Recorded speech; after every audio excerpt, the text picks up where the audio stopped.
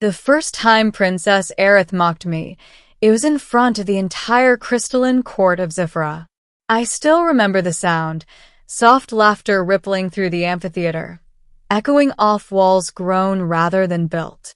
The nobles hovered on anti-grav thrones, their translucent garments shimmering like liquid light.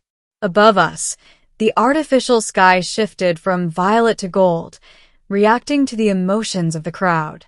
And there I stood, a human, unarmed, unaugmented, out of place.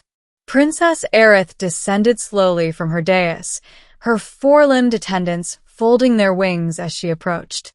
Her eyes, silver with concentric rings of bioluminescence, studied me like a curiosity she'd already grown bored of.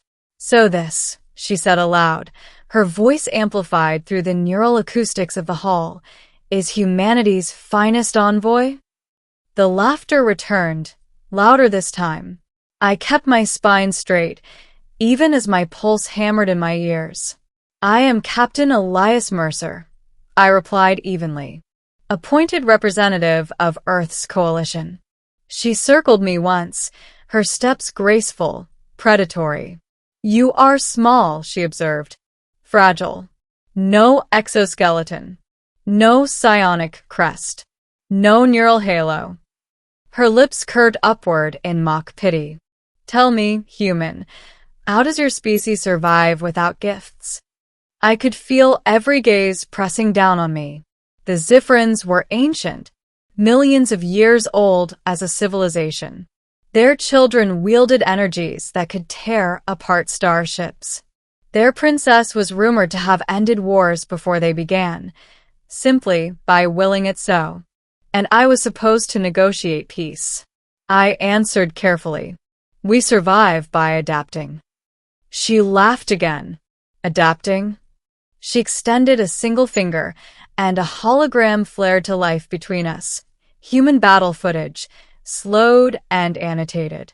Soldiers falling. Cities burning. Ships breaking apart in vacuum. "You adapt by dying," she said. "Your history is a catalog of weakness."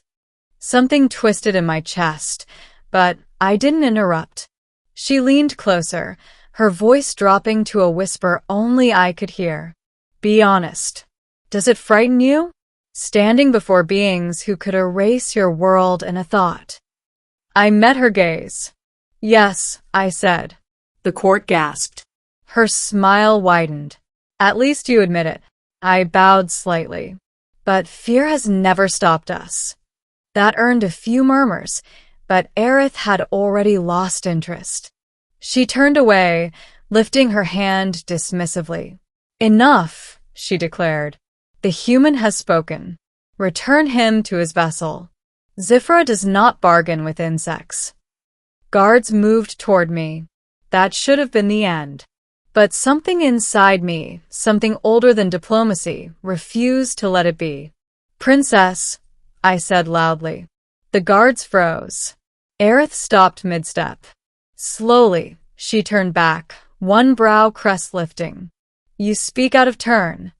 "I know," I said. "But before you dismiss us as weak, may I answer your question?" Her eyes narrowed. "Which question?" "How we survive." The court fell silent. Aerith studied me for a long moment. Then, with a flick of her wrist, she dismissed the guards. "Very well," she said. "Entertain me, little human." I took a breath. "You see weakness," I began, "because you look only at what we lack. We lack claws, armor, psychic fire. We bleed easily." I stepped forward, ignoring the ripple of unease. "But what we have," I continued, "is something your species abandoned long ago." Her gaze sharpened. "And what is that?" "Limits," I said. The word echoed strangely in the hall. "When you are born powerful," I said, "you never learn what it means to push past impossible odds. You don't understand desperation, or sacrifice, or what happens when someone with nothing left decides to stand anyway." Aerith scoffed. Romantic nonsense. Is it? I asked. You measure strength by what you can destroy. We measure it by what we refuse to let be destroyed. Silence. I activated the device at my wrist. A star map bloomed into existence. Dozens of systems, many marked in red. These, I said, are human colonies lost to extinction-level events. Supernovas, rogue AIs, alien invasions, natural disasters. Her eyes flicked over the data despite herself. We rebuilt, I said. Every time. Not because we were stronger, but because we didn't give up. I looked directly at her. You mocked me as a weak human, I said quietly. But weakness is surviving when it would be easier to vanish. The amphitheater felt suddenly smaller. Aerith didn't laugh. Instead, she asked, if you are so resilient, why do you fear us? I answered honestly. Because you remind us of what we might become if we forget why we fight. That did it. A ripple of psychic disturbance swept the hall. Several nobles recoiled. The artificial sky darkened, streaked with silver lightning. Aerith's expression changed, not to anger, but something far more dangerous. Curiosity. Come closer, she said. Every instinct screamed at me not to, but I obeyed. She reached out, her fingers hovering inches from my temple. I felt pressure, not physical, but mental. She was probing me, skimming memories. Earth. Wars. Sacrifices. Last stands. Her breath caught. You carry grief, she murmured, and hope, intertwined. She withdrew her hand sharply. Impossible, she whispered. The court erupted into murmurs. Aerith straightened, regaining her composure. You will remain on Zifra, she announced suddenly, as my guest. That single word sent shockwaves through the hall. I stared at her. Your guest? She smiled thinly. I wish to understand humanity better.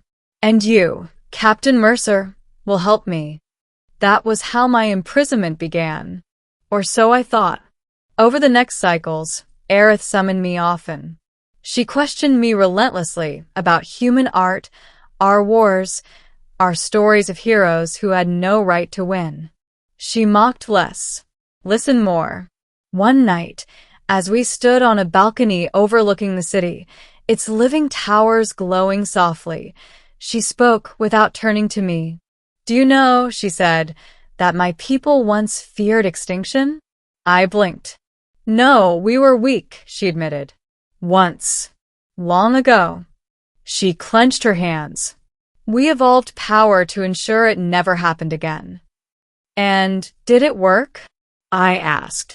She hesitated. Power kept us alive, she said. But it also made us stagnant. She finally faced me. You frightened me that day, she said softly. Not because you were strong, but because you were not. I smiled faintly. Welcome to being human. A rare thing happened then. She laughed. Not mockery. Real laughter. The turning point came when the Void Swarm arrived. They tore through Zifra's defenses like paper. Shields failed. Psionic barriers collapsed. For the first time in millennia, the Zifrans panicked. Aerith stood beside me in the command spire, watching the feeds. Our power isn't working, she whispered. I swallowed. Then stop fighting like gods. She looked at me. What do humans do? We improvise, I said. And we sacrifice.